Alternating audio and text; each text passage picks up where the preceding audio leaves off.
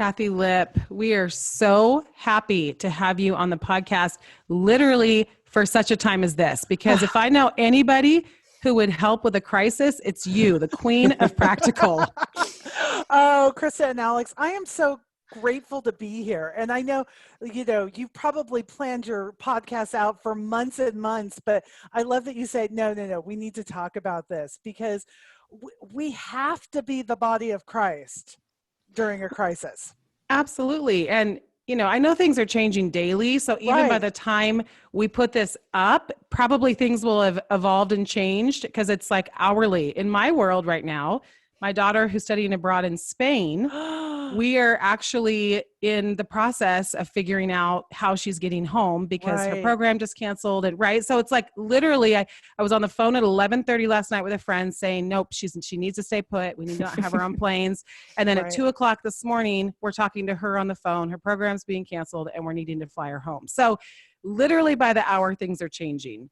Krista, can I just give you one little piece, one nugget? Yes. If she needs a place to stay, check out Airbnb. What's it called? Airbnb. Open homes. Yes, open homes. So this, in a crisis, oftentimes Airbnb hosts will open their homes for free to people who are stuck and in crisis. So just know that as a resource. We did that during the fires, the campfires. And so we had 3 different families staying in our house for free. And my mom was able to bring them groceries and things like that. But just know that that's a resource in case she gets stuck. I hope you never have to use it. But that's holy cow. Awesome. That is really great to know about. Yeah. Well, so you have an upcoming book called Ready for Anything, and give us the subtitle on that. Yeah, preparing your heart and home for any crisis, big or small. Well, there you go. That feels timely. That feels like exactly what we're all doing right now. We're preparing our hearts and our homes for a crisis that maybe will be small where we live, maybe will be really big and is already proving to be big in some parts of the country.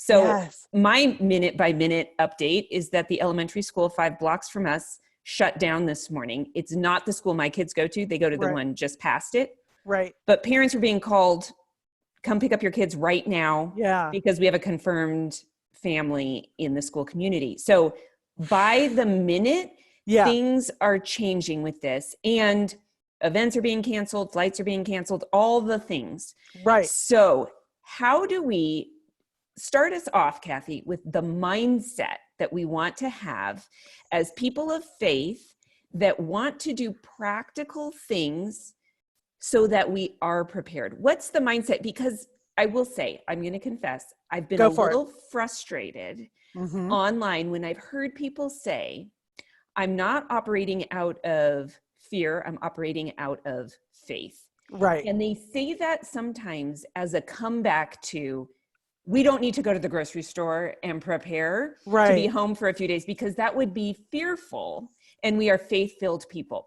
Can you address that as we start this discussion? So when you say you've been a little frustrated, I've wanted to punch people in the throat. Because here's the thing, it's very interesting. I won't go into all the anti-vaxxer stuff, but people I run with a lot of people who have very different feelings on that. And people feel like I am not faith-filled because I believe in vaccination. What they don't know is that my dad had polio as a child. And so my kids were first in line. And so you don't know the experience somebody is coming into a crisis with. You don't know the invisible illness that is sitting behind that person and their child.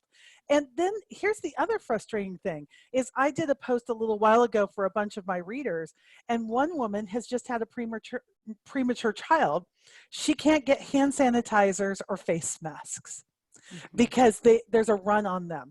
And another person, her mother-in-law just had a bone marrow transplant and they need those same things.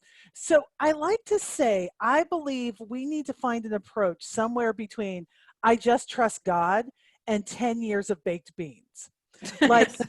There is a reasonable response. So my reasonable response for the past few years is to be prepared. So to have on hand the extra toilet paper, the extra water, at least a couple of weeks worth of food. Now, we're in the midst of it, so that's not happening for everybody. But there are enough people out there that have those resources. The first thing we should be doing is checking on our neighbor to see who is out of toilet paper, who is out of water.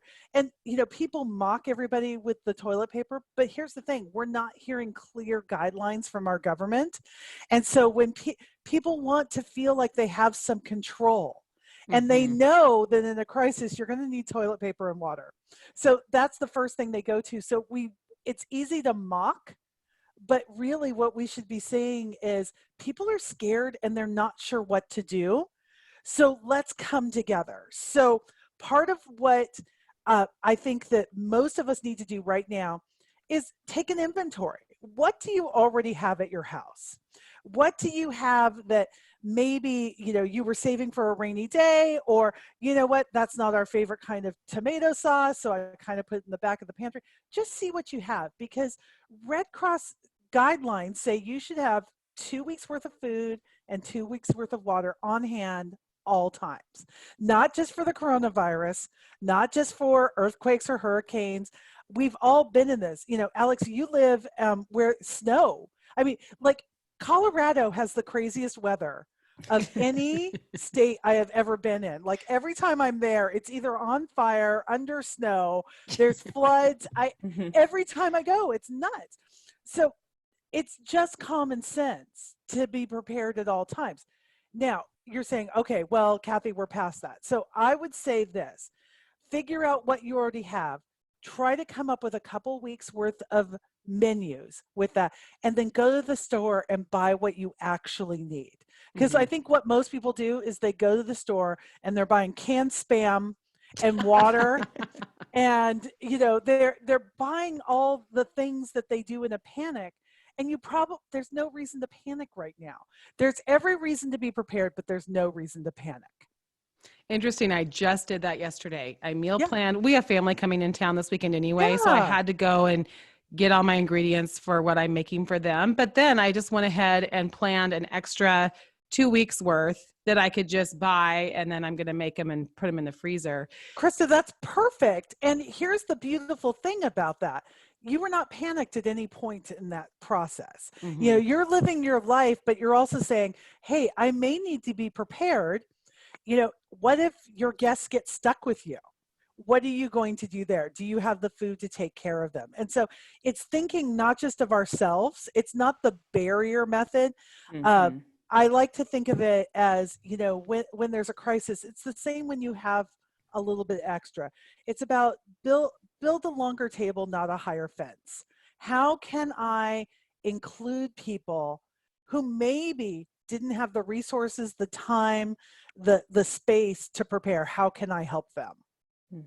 I have another little tip on water. So, we use one of those blue light backpacking filters when we go backpacking. Right. But that's also a great thing to have on hand. And you can just order it off REI or Amazon. Yes. But that way, even if you don't have purified water, you actually can turn it into purified water with this little blue light thing. Yeah, the life straw is such a great thing for backpacking or whatever you need. And, the nice thing is there's a lot of things that you can stock up on. The water, I've got a list of about 30 food items that you can kind of mix and match. And I'll be happy to send that to you guys so that you have it for your guests, your listeners. But, things like granola bars, canned soup, marinara sauce.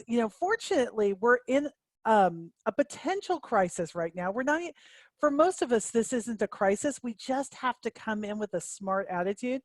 But the nice thing is we have power. All of us have power, at this point. So we can still cook the things. We can still keep milk to a certain extent. We can still use our freezer.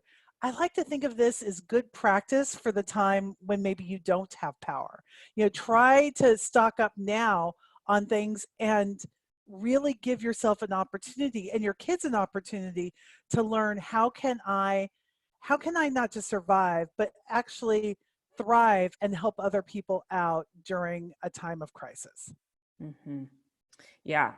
Can you talk a little bit about people's fears and panic, and also how, if you have a stockpile of like, say, 2 weeks worth of food, Yeah.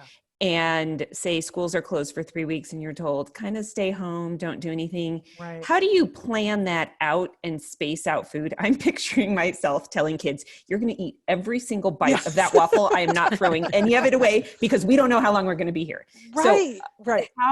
how do you approach that as far as the timing of your using up like medicine, for example, right, before you have to be, because I think people start to panic. I'll just use I statements. right. I am an Enneagram 6. And so I like to be prepared for the worst case scenario. And I'm really good at thinking of what the worst case scenario is. Absolutely. So how do I stabilize myself? This is so great. So here's the thing, Alex. It's all about saying, have I done everything within my control? Because that's all you can do. All you can do are the things within your control. So right now, I've got enough medicine to get me through a couple of weeks. I've got, a couple of prescriptions that my family uses. I've called my doctor and I've said, hey, I live with the elderly. I live with somebody who has asthma. I just need to be on top of things. So can I please get, a 3-month supply? And everybody has said yes so far. So do it now before the pharmacies, go dark. I don't know that the pharmacies are going to go dark, but you can do what you can do. So call your doctor and have a reasonable conversation with them. The doctors are so overwhelmed right now that they're having to cancel like well appointments and things like that. But a prescription refill is a pretty simple thing. And to talk to your doctor to say, hey, are we able to do this? I would also say, if you live in an area that has had an outbreak like you have, Alex, and we did, Santa Clara County, where I am from, has mandatorily shut down all gatherings of over 1,000 people. I don't think it's bad to have more than 2 weeks worth of food. So think about it this way. You probably already have, without even trying, a week's worth of food at your house, unless you are financially unstable. But I'm looking at the 3 women here. We probably are. So I would say, you know what? I think it's perfectly okay and not a panic move to go to Costco and say, you know what? I'm going to get some extra rice. I'm going to get some extra soup. I'm going to get some extra tomato sauce, those kind of things. Peanut butter, applesauce, things like that your family is going to eat anyway. This now is not the time to stock up on weird ration meals and things like that. It's just not. Right. So if you're looking for the safe and sane approach, the weird ration meals is maybe going a little overboard. But saying, I'm going to have some extra granola bars on hand. I'm going to have some extra peanut butter. I'm going to figure out things that my kids like. I'm going to freeze a couple extra gallons of milk so that we can defrost those.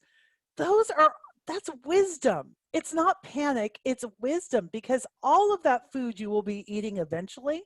Now, don't go to the store and buy 10 bags of salad, because that's not going to help anybody. But dried fruit, popcorn, now is the time. And get a couple of fun foods, because really, if you are in self-imposed quarantine or government-imposed in quarantine, you're going to need some fun. So get baking supplies too. Think of things to keep your kids busy, and make sure that your kids have the attitude that, guys, we're fine. So how do we help others? That's how we twist. That's how we keep from being sunk down into the worry, is knowing that right now, for most of us, our families are fine. How do we serve the compromised community?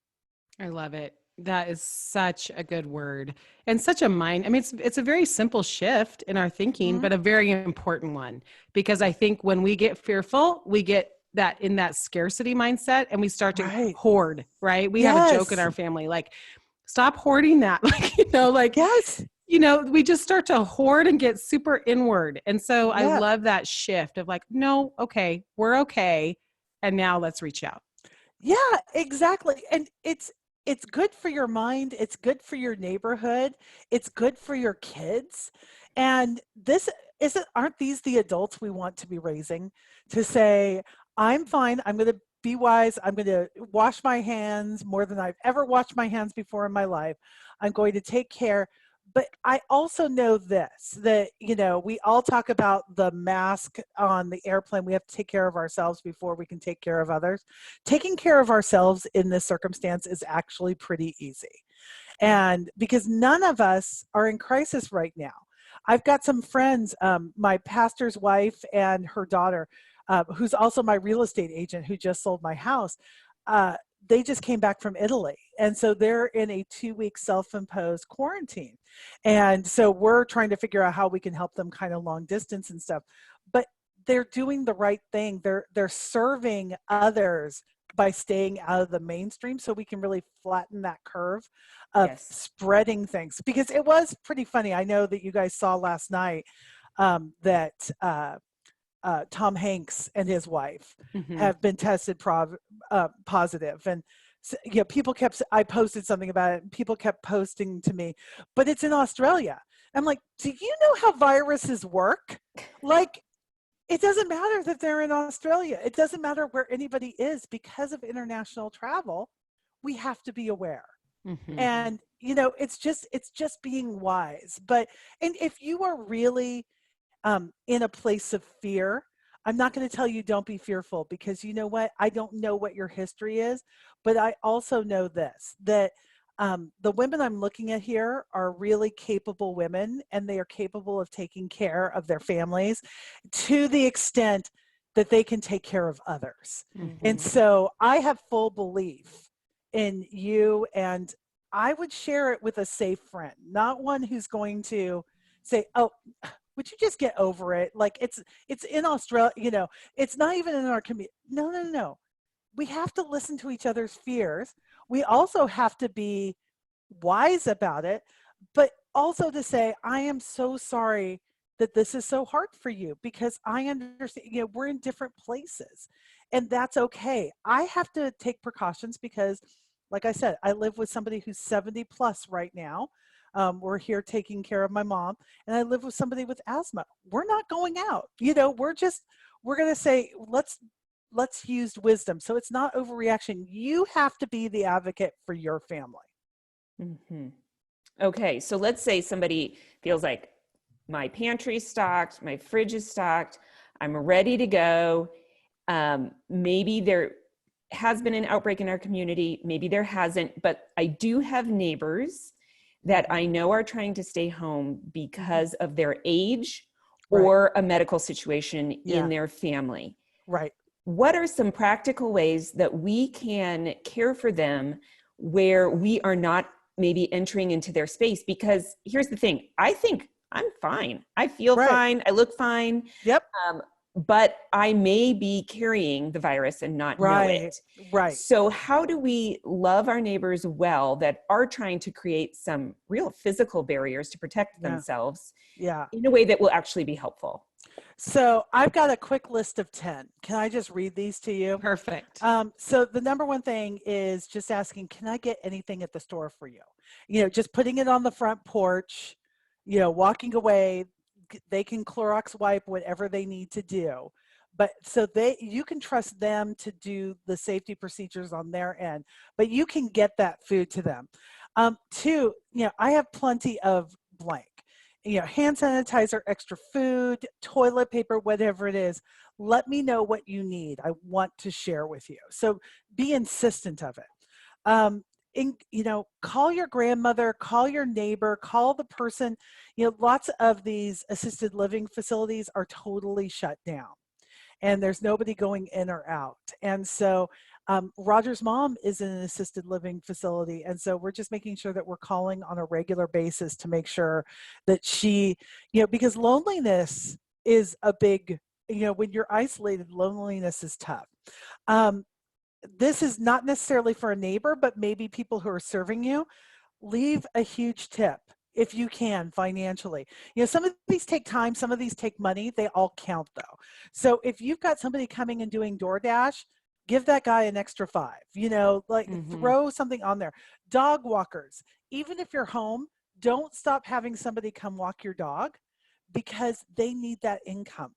If you can at all do it, you know, don't stop those services of those people who are independent contractors. Keep using them.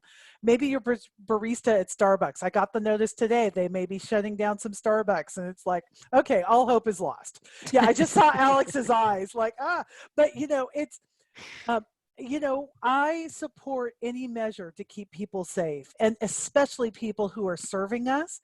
And I've got one child who works in the childcare industry, and I've got one child who works in the retail industry. And we as parents are putting aside a little money in case they need to stop working. It's just, it's how we're having to think right now. And right now, finances are not our biggest concern, whereas for our kids, they are. So how do you help out in those situations? Do you have a friend under quarantine? Like I said, we have 2 friends. Send love, send flowers. The first couple of days I talked to her, she was all bright, and yeah, I talked to her today. It's you know, it's been the tune 5 has days. changed. Yeah, she's like, I said, how are you doing? She goes, okay, we're doing okay. And I'm like, oh, my friend. So can you send flowers? Can you leave something on their doorstep? Text them, just check on them. If you have a friend under the weather and they can't walk their dog, could you walk their dog? Mm-hmm. Something along those lines. Check on your friends who have international family and friends. They're scared right now. Like, I'm thinking about friends who their families were flying back in the next couple of weeks and now they're not. And so just check on your friends. Don't tell them it's all going to be okay. Just tell them, I'm thinking of you. I know this has got to be hard. I am praying for you, and I'm praying for your family over there. If you have an elderly neighbor, ask how you can help, and take it one step further. Can you be in contact with their kids? Yes. I think about that with Roger's mom. If we weren't here temporarily living with my mom as our household, like, I would want to know from their neighbors that somebody's checking on them, because my mom is not always great about answering the phone. And the first time it doesn't bother me. The second time I'm like, third time I'm sending over a search party. So if you can have the phone number of somebody who lives close by, that's going to help those children so much, to know that somebody is checking on their parents. Offer to pick up prescriptions for your neighbors who can't. And then don't shame anybody for being scared. You know, be a reason for peace in people's lives. So those are the 10 things that I feel like all of us can do to check on our neighbors and to just be a light during a really difficult time. Right. And those are all really great tips for all the time, really. Yes. If we have a neighbor who's elderly, or, you know, in my book, Loving My Actual Neighbor, I have a section on loving your homebound neighbor. And it could be an elderly person, but it could also be somebody who's sick. But in this unique situation, we have a lot more homebound neighbors. But one thing, my neighbor across the alley just said to me this week, she's very ill already, and she's going to be home. She said, I want you to have a key to my house. So maybe offering to get keys made, if that's the kind of relationship you have. That's a great idea. So that she said, I want you to be able to come pick me up if I fall, because I'm the person who's closest to her. Right. And so that's just a real practical thing for any time. Yeah, you know what? This brings up such a great point, and Alex, that is such a great idea. We actually installed a keypad lock for my mom, so that, you know, if we needed to call somebody and we weren't around, we could give them a code. And you know, my mom says it makes her feel like a little old lady, but we got her like a life alert kind of thing. Just because, you know, she could be somewhere in the house where she's not close to a phone, and we just want to make sure. And it feels extreme until something happens. Yeah. And you know, when the car fire hit Northern California, and we had people showing up at our house at midnight, and because we had a box of food there with shelf-stable milk and cereal and, you know, canned fruit and things, that they were able to just come in and sleep and not have to worry about the next morning. And a night's sleep without having to worry is such a huge gift. And so to be able to be a little extra prepared, wouldn't it be great if we never had to use any of our emergency supplies? But here's the beautiful thing. Our emergency supplies are also our everyday food sometimes. and it's okay. So you're not going out and buying army rations, but you're saying, I'm going to do the smart, practical things that I can do. And the things that I can't do, I can't control where this virus goes. I can't control who gets sick in many ways, but I can control washing my hands. I can control checking on my neighbors. I can control buying that extra can of beans. Do you have any tips for helping healthcare workers right now, or just, supporting healthcare workers? Yeah, it's so interesting. Now, first of all, I will say, I think most healthcare workers are a lot less freaked out than the rest of us. And so that's a good thing, but they're probably working so much more than they ever have been before. So, uh, can you provide a meal for their family? Can you provide childcare for their family? I think that's a huge thing with all these schools being let out.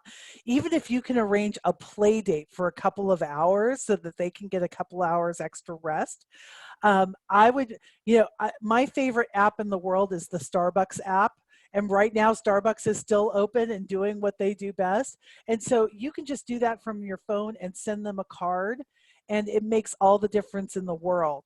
I would also offer to go do their grocery shopping if that's something that you can do. There are so many ways that just think of all the things that take you so much time.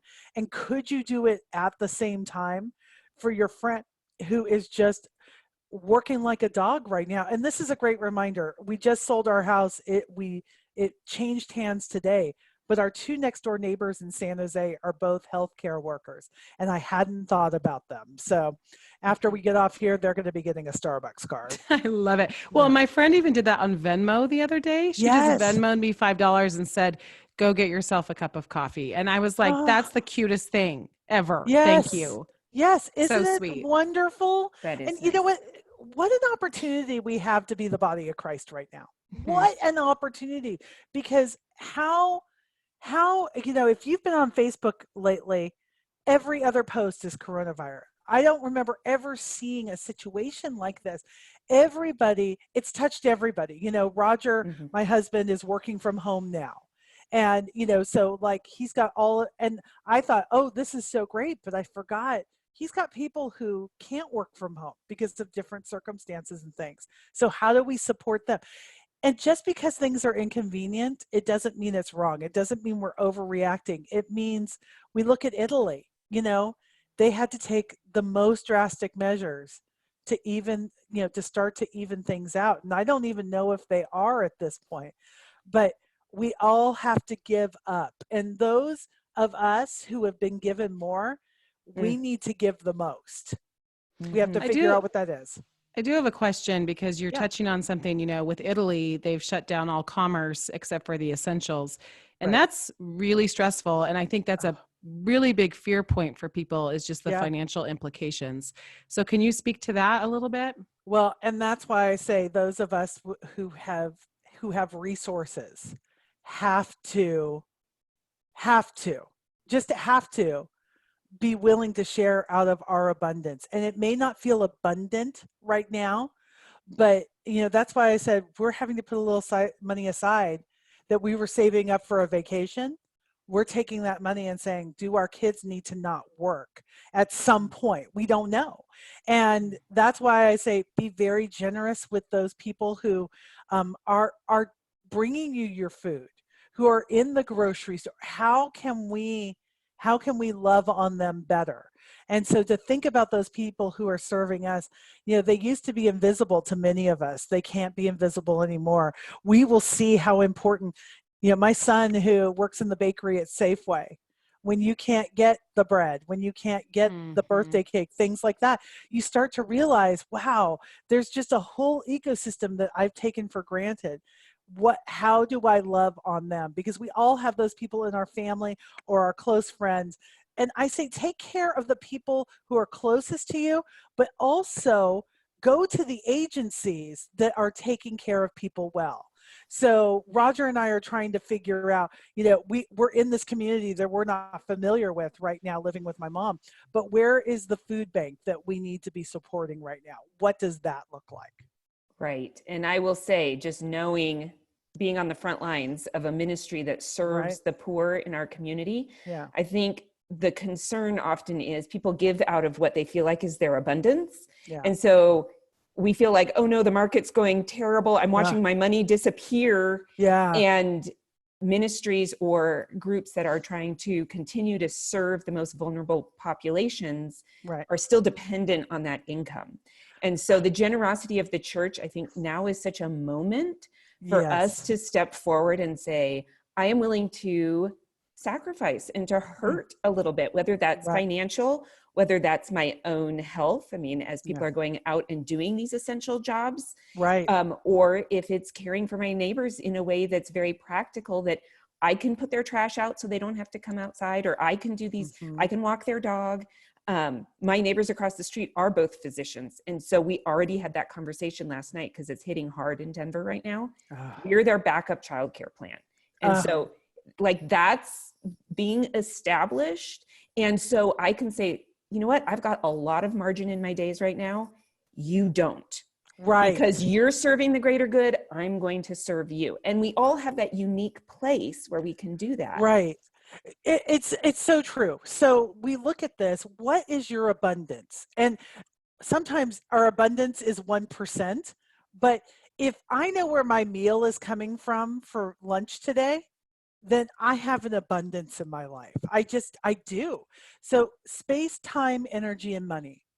You know, these are all resources that we have. So space, I have an Airbnb house. Are there people who need to be someplace different than where they are? I can start to share that. So there's space. Energy. You know, Roger and I are both relatively very healthy people. So it's snowing where our mountain house is. Do we need to go help people who are going to be caught in that snow during this? So it's a crisis on top of a crisis in some thing. Space, time, energy, you know, time. I just canceled 5 events. Part of it because, you know, some of it was because of people and fears and coronavirus. Some of it was other extenuating circumstances. But now I have time that I didn't have before. What am I going to do with that time? How do I help my neighbor? And then money. We don't have a ton extra, but we have extra. And so even though that extra was earmarked, it needs to be earmarked for different things because we are part of a community and we are part of a body. And I love that you say that the church has a unique opportunity to step up in a way that makes an impact that the world can see. Are we going to rise to that call? I love it. Kathi, is there anything we haven't touched on that you think is really important to think about during a crisis like this?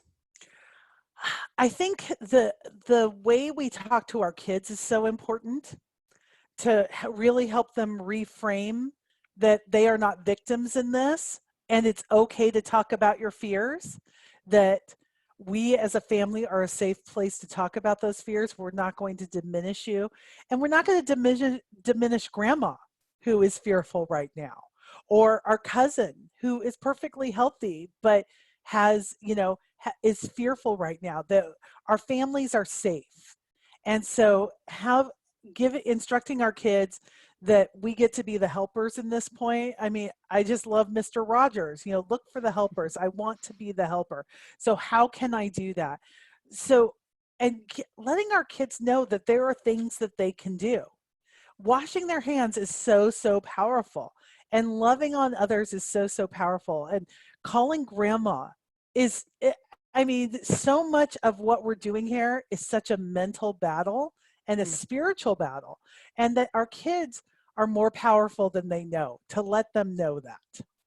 Love that. I really love that. It's empowering them to be making a difference during a time that they feel like they're a little passive, especially because children aren't the ones that are really in the danger group right now. Yeah. So they kind of feel like they're passive bystanders just watching this all happen. And there are adult conversations going on all over the place. They're listening to the news. They know that things are going on and they don't know whether to be scared. So they're taking their cues from us.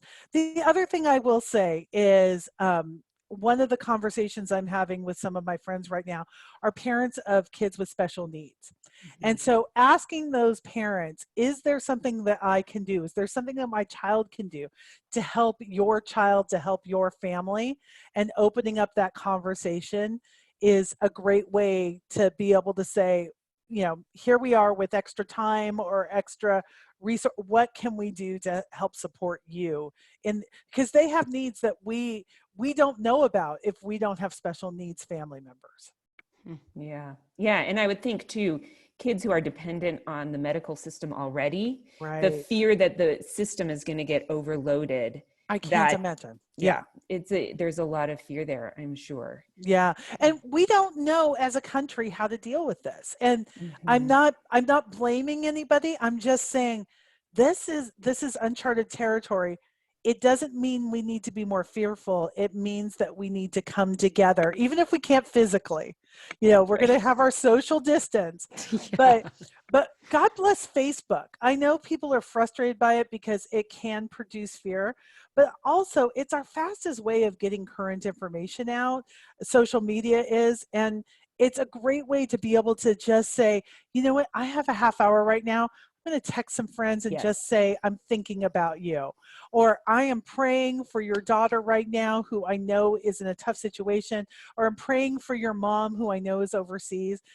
Social media can be used in such a powerful way. Yeah.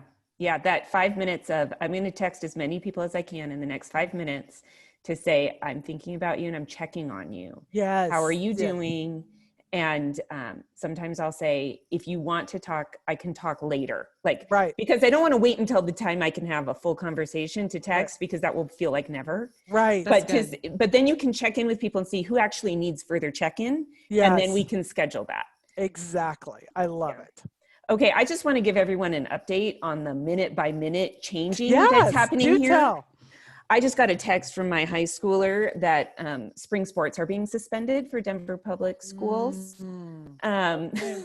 So the soccer season that just started last week, we don't know what's going to happen. So it is changing by the moment here in some communities. Well, my favorite tweet last night was, because we're recording this on Thursday, Sarah Palin performed on, The Masked Singer last night, doing Sir Mix-a-Lot. And this person says, and that isn't even in the top 10 of weirdest things that has happened in the past hour. Oh my gosh, that's so funny. Holy cow, what is going on? I know. We woke up to a funny world today on Thursday, and who knows, right? When this airs on Tuesday, what we'll be waking up to. But this is what we do know. We know that we can encourage each other. We know that we can go to God with all of our fears, with all of our needs, and He will hear it. And we can do what we can do. And I'm getting emotional, but I think for a lot of women, this is the time when faith meets reality. Yes. And how are we going to move forward in faith, being practical and doing smart things, and trusting that God's going to care for the people that we love in all kinds of ways? Because I can think, the worst case scenarios for me can go past the medical situation to the economy, to people feeling desperate. Desperate people do desperate things. Like I can go down that road really fast. And so I just want to speak to the women who are in that place right now. Yes. To say, we want to support each other. So whether it's on Instagram, go over to the Open Door Sisterhood. Somebody will answer you, I promise. Or find a friend that you can text, that you can say, I'm feeling scared right now. And she is a committed person to say, I hear you, go make a salad, or whatever, to encourage you to work that out in a way that is healthy for you and your family. I know you guys brought me on here because of my book. And here's the thing. I told you guys, we are not trying to be opportunistic here. The reason I wrote this book is, it was so funny. I had one publisher say, people only care about being prepared when there's a crisis. And I thought, when has there not been a crisis over the past 5 years? Like, I want women to control what they can control and also help their neighbor at the same time. And that's why, I think that after the corona virus, COVID, 19 has passed, it's easy to forget that we need to be prepared. And so this is to say, let's come together and let's encourage each other, just as we would encourage each other to, save up for that rainy day. Let's be prepared for the next thing that comes along, because it's not if, it's when. And that's not to scare anybody, but life is, this is real life. And I want people to know that they have the power in so many ways to take care of their own family. And the places where they don't have power, they have God's power to be able to help them take care. And so we are not helpless. We are full of hope because of who God is and who he has surrounded us with. And so we have the ability to not just take care of ourselves, but take care of our neighbor and live out the great command in a way that I've never seen before in my lifetime. And it's, in some ways it's so scary, but some ways it's so exciting to be equipped this way. Yeah. Wow. Yeah. What a shift that statement is. Yeah. No, but it's true. I see so much opportunity here. Yeah. And it is exciting, and it is a moment that we are all experiencing. And so God is part of that. And I can't wait to see, and I can't wait to be part of it, to say, what is my part in it? Okay, Kathi, can you tell us about what people will get now if they pre-order your book on Amazon today, even though the book doesn't come out until June? Yeah, it doesn't come out till June, but Zondervan and I have been working together because we want to get everybody what they need. So here, now, the Open Door Sisterhood is the first place I have been really talking about this. So if you send us, and we'll have a little website up where you can just send us your confirmation of your pre-order. What we're going to send you is, we're going to send you, it's my meal plan, like for 2 weeks. So here are the things you buy, and here are the combinations you can make. And of course, you're going to do it for your own family, but we're going to give you like a little guide on how to stock up without, it's not a panic stock up, it's a prepared stock up. And then we're going to give you, I'm picking the 5 chapters of the book that which is like a good chunk of the book, that I feel like are important for right now for what we're going through with the virus. And you're going to have those like in your inbox so that you can start to prepare. And we're going to have other goodies too. We'll keep sending them. We're going to keep creating things as a team that we know are a good response to what's going on right now. And then also we're going to give you very practical ways to help your neighbor. And because I know that's the heart here, Krista and Alex, I know that that's what you guys care deeply about. So we will send you that link so that people can, once you purchase the book, and then you'll get it just as soon as it comes out. And the beautiful thing is you'll be prepared for the next thing. And that's what we want for each and every one of your listeners. That's really generous, Kathi. Thank you so much. God bless Zondervan, because I love their heart. They're like, yes, we're in business to sell books, but this is such a unique time. We want to prepare the people who need the help. And so I love that they're saying, do all the things. I love it. So great. Well, Kathi, this has been an excellent interview for, like we've said all along, such a time as this. And God has really prepared you specifically, because when you start writing a book, which is a long time, you know, before you start writing to publishing. And so God's been preparing you for a long time to really reach out and help people. And that's a beautiful thing to me too. I've been pondering that, just that he's placed you very specifically. And we love that because we love Kathi Lipp. Oh, you guys, you know, if we can help one person be prepared and not scared, it really is all worth it. It really is, because if we live in fear, it limits our power to help. But when we can get to a place to say, I'm fearful, but I'm going to step out anyway because I trust God. Oh my goodness, what God can do with that. Mm-hmm. That's the true definition of courage, right? Yes, that's exactly. Scared. Yep. Well, stay safe, Kathi, and we'll be praying for you too. And praying for you guys. All right. Have a great day. Bye. Bye. Bye-bye.